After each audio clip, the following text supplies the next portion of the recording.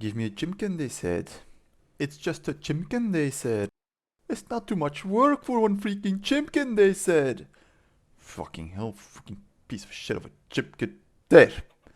You got your chimkin. Are you happy now? It took me like 5 tries to catch this one because somehow it didn't want to get trapped.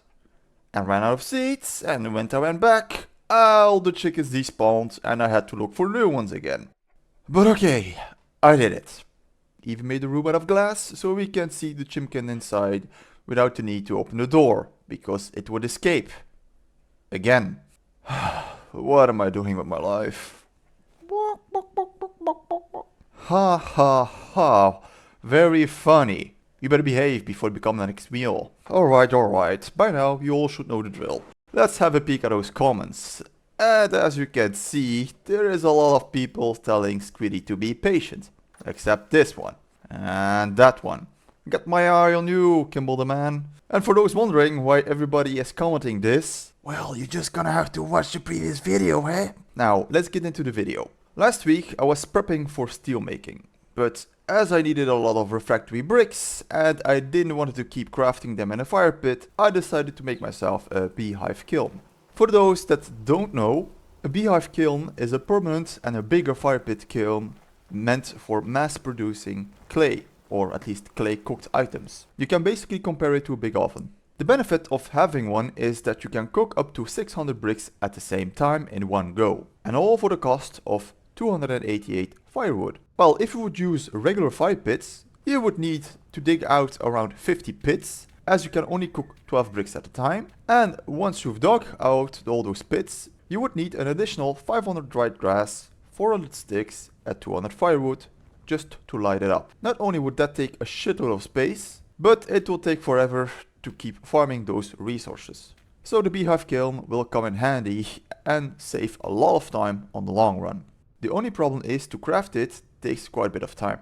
To make one, you will need 1 kiln door, 9 gratings, 3 iron hatches and 55 fire clay bricks or refractory brick blocks. For those wondering what the difference is between a fire clay brick and a refractory brick, well, it's the heat resistance.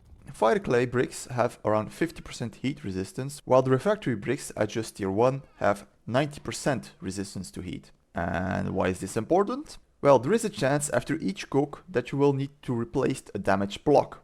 So I advise you not to be greedy and do that extra step if you plan to cook a lot. But then again, I can't force you, so if you want to be stubborn and slave away farming clay, be my guest. Now the total cost and raw resources to make this is around 24 iron bars, 70 mortar and 142 bricks. If you want to know how to make them, then watch my previous video. So, first let's get started on the bricks. And why first the bricks? Well, I will need to make 12 pits and they will need to cook for around 12 in-game hours or 30 in real life minutes. While that is cooking, I'll start smithing the door and the hatches. For the kiln door you will need 4 iron rods, 4 nails and strips and 12 refractory bricks. After you're done with the door, you can start crafting the hatches. Each hatch requires 4 iron bars and you will have to smith them manually, and this takes a lot of time. So be sure to have plenty of hammers with you and food and a calm state of mind, as it is a bit of a tedious task. But once you're done, the bricks should also be ready at that time and you can start building. The first step you'll have to do is to place down the door. Next is to dig out a 5x5 hole that is 1 block deep. And why is that? Well, because you also will need to place blocks underneath, and it's better to do it like this so you can see where to place them. Now I can hear you say, what do you mean where to see where to place them? Well, here's the nice thing the developers did for us. For complicated buildings like this, they gave us the option to create blueprints. And for the fire pit kiln, you simply have to control click on the door and voila! You'll have yourself the blueprint. Now the only thing you have to do now is to place the blocks. The manual explains it well, so basically just read it, but for those that don't want to read it, well, here's how to do it easily. First, you place the 9 gratings behind the door like this. Next, place the blocks next to gratings to fill out the foundation. Then you have to place the hatches in the middle on each side, except where the door is of course. And the last step is to fill out the blueprint with the leftover blocks. Once you're done, dig a hole at the back or at the sides, whichever you prefer, to refuel it easily. And boom, you are done. A bonus for those that are still listening is that you can add extra gratings in the middle if you need to make extra pots. Pots are items that you can't stack when cooking, so that way instead of having only 9 spots, you can have 18 spots to place them. But if you plan to cook bricks, don't bother and just stack them like this. Be sure that the center one is not going through the chimney, else it won't cook, or at least not cook properly. When you have filled up the beehive kiln, you can now start to add firewood. Light it up and wait 12 in-game hours or 30 in real life minutes until it's done. So while that is cooking, I might as well prepare for the steel furnace. The furnace only requires an iron door, 2 stone coffin sections and coffin lids, 53 refractory blocks and 6 gratings. While the blocks are cooking, let your automated smithy make the plates for the door while you gather the resources for the coffins. And for the coffin, you will need wool blocks, or to be precisely, 8 wool granite, andesite, basalt or peridotite. Peridotite, however you pronounce that, blocks. And don't forget the 2 borax powder to glue it all together. Use a hammer and a chisel for the coffin with 3 blocks, and for the lid, do exactly the same thing except with only 1 block and 1 borax powder. Do this twice and you are done. Compared to the kiln, the steel furnace takes a lot less time prepping if you can mass cook the bricks. So, while waiting until my bricks are done, I will show you some weird things I came across while playing the game. I had this weird drifter stuck in my pots and somehow I couldn't kill him. What are you doing, step bro? It stayed there for around 2 weeks until it finally despawned and I could use my pot again. While it was annoying, at least I had some company. Next, one of my depleted clay spots became a wolf trap.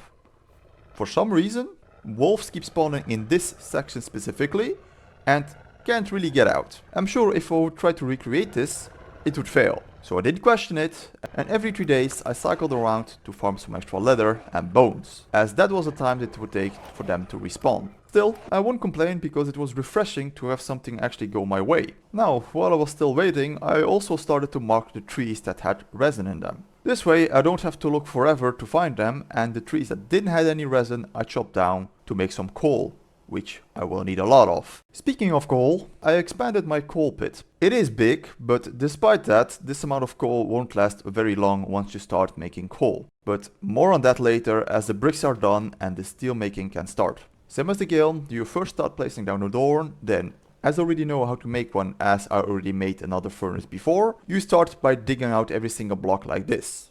Deep spot is where the fuel is going to be. But I added a little extra, namely those stone fences. And I will tell you later why. So add those 5 stone fences like this, and then add the 6 gratings on top. Then place your coffin sections without lids, because that will not be possible. And control click the coffin this time for the blueprint. Same as the kiln, you start by filling out the spots with refractory brick blocks, and when you are done, you can start filling up the coffin. And to fill it up, you start with a layer of coal. If it doesn't work, the system will tell you how many blocks are wrong and will highlight them for you. So log them up and replace or fix them, and you should be good to go. Now with the coal placed, you can add a layer of iron ingots. Then you have to add another layer of coal, followed up with another layer of iron ingots. Repeat this until the coffin is full, and that should be around 64 coal and 16 iron bars. Then you can place the lids on it, and the next step is to add the fuel at the bottom, which has to be coal or coke. As in the fuel type, not the sniffing type. Anyway, any kind of coal is fine as long as it's not wood or peat. The neat thing about the steel furnace is that you only need to heat up the center ones before the lid starts cooking. It's even written in the manual. So the fences here are to help placing the coal without them spilling out. And because they are fences, they leave enough open holes so the heat can go through without compromising the whole building. This way you can efficiently add the fuel without the annoying part of losing coal. With the coal now placed, light it up, and once both of them catch fire, the process should start. This should take around 7 in-game days or 7 in real life hours before it's done. 7 hours. 7 hours for just 16 steel bars. Jesus Christ, that's gonna take a while. Well, in the meantime, don't forget to keep adding fuel, as it will run out quickly. Luckily, if you forget to add the fuel and the fire pit goes out, you won't lose the progress. You just have to re-add the charcoal, light it up again and the progress will resume.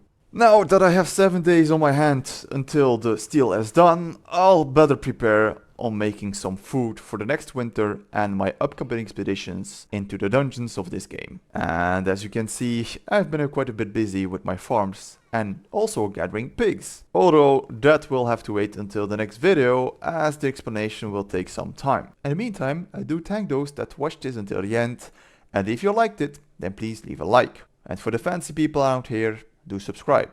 And for those that didn't like it, well, I thank you for wasting 10 minutes of your time.